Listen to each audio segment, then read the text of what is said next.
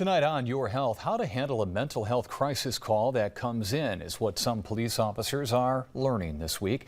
Several officers in Jefferson County taking a 40-hour course in crisis intervention training. Officers are learning how to de-escalate situations. This simply could be as something like learning how to properly approach someone that is having a mental health crisis.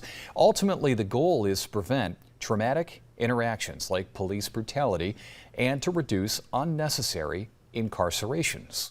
And if that behavior is a product of emotional distress or mental illness, we encourage officers to really be able to think about what's going to be best for that person in the overall situation.